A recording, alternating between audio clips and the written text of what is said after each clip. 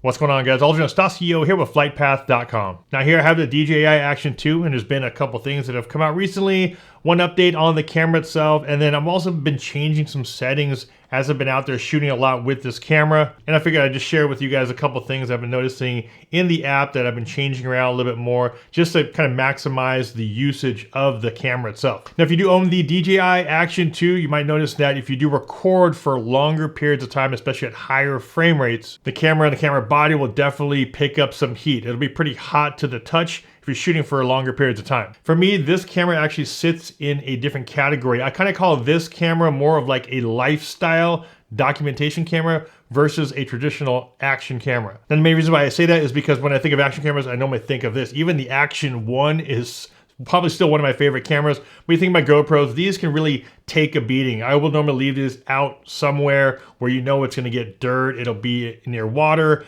and you don't really mind too much because you know that these things can pretty much get beat up. Or something like this that doesn't have like a detachable screen on it, I will normally just kind of keep this as my all-purpose behind the scenes, document a bunch of things that I'm doing, document different POVs, and you know, I'll normally just shoot for 30 seconds, a minute, up to a few minutes at a time. So even though it does get hot if you shoot for longer periods, there's definitely a couple things you can do to help that on the Action 2. All right, so one of the things you could do to extend your recording time is you go into the settings. So you have to do is swipe down and click on the settings icon. And when you swipe up, you will get to an icon that says auto stop record temperature. Now by default, it's set to standard, but if you want to be able to record a little bit longer, you're letting the camera know like, hey, I know it's gonna be hotter than normal, but it's okay. Go ahead and record a little bit longer, even if it's the temperature threshold is higher. So if you click high, it'll say this operation will increase your camera unit temperature and recording duration limit. Switch to high threshold. So hit confirm and then exit out of that. That way you are able to record a little bit longer, but just know that the temperature of the camera will get hotter. And next thing we'll talk about is this right here, the magnetic protection case from DJI. So this actually serves as two purposes. One, to protect the camera itself, and not even just to add protection to it. It's actually made of a heat resistant polymer that when installed on your camera is gonna increase your shooting time. Now to install it is pretty simple. It comes in two pieces, one for the bottom. So if you have the battery or the one with the screen, all you do is take the case, drop it on the bottom first, and then click it in just like that. And then for the top, pretty self-explanatory. Make sure those connection points are lined up at the bottom. Push that in from the back, and there you go. Now, when they first sent this to me, I was like, how is like a case gonna increase, you know, the shooting time? Because I would think that you putting a case on it would actually make it hotter. So right when I got it, I threw the case on the camera and I did some side-by-side tests, and I'm like, nothing's happening. I'm getting the same similar times. Sometimes it's more, sometimes it's less by a few seconds.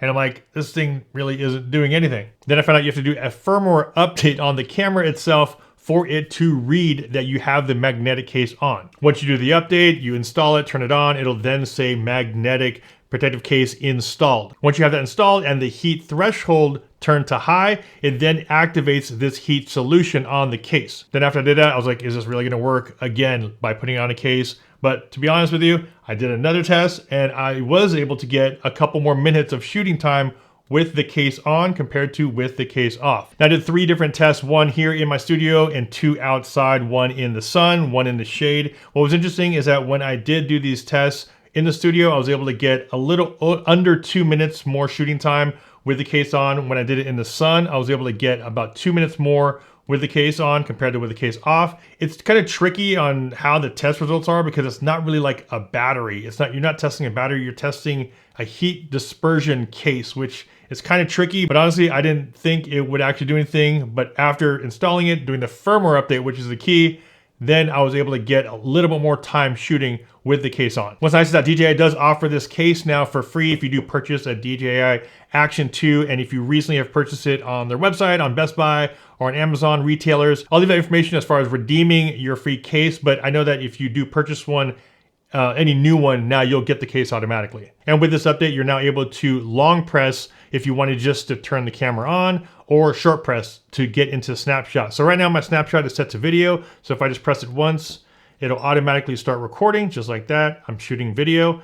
and I hit stop, it'll automatically turn off. Now, if I just want to turn the camera on, just to go through the menus, and I don't want to record, I don't want to use snapshot, then you can now do a long press, just press and hold, and there you go. Now the camera is on, and it doesn't go automatically into snapshot. Now, the one tip I'll talk about is just something I've experienced when shooting with both modules hooked together, as well as an SD card. I highly recommend shooting to the SD card first and keeping your internal open as you're shooting throughout the day. And the reason why I say that is because there was one time when I went out there shooting and I would shoot everything to the internal memory on the camera itself first. As the day went on, I filled up the internal and I'm like, fine, let me just start shooting to the SD card. Now, while that might sound pretty normal, there was a few times where I wanted to disconnect this and just carry this around by itself, as well as put it on my chest, put it on my head strap, but then I wasn't really able to do anything because the internal was filled up already. So my suggestion, if you do have both units, try to shoot to your SD card first, because there's gonna be times where you want to shoot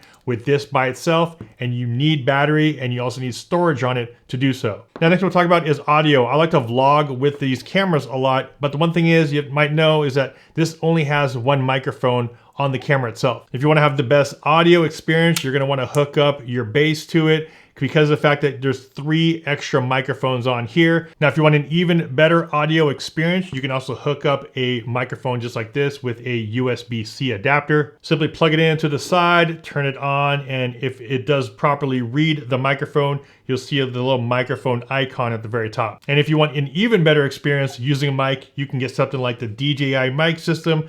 It comes with that USB-C adapter. This is the receiver right there. Just plug it into the side, power on the camera, power on the receiver, and then of course turn on your microphone.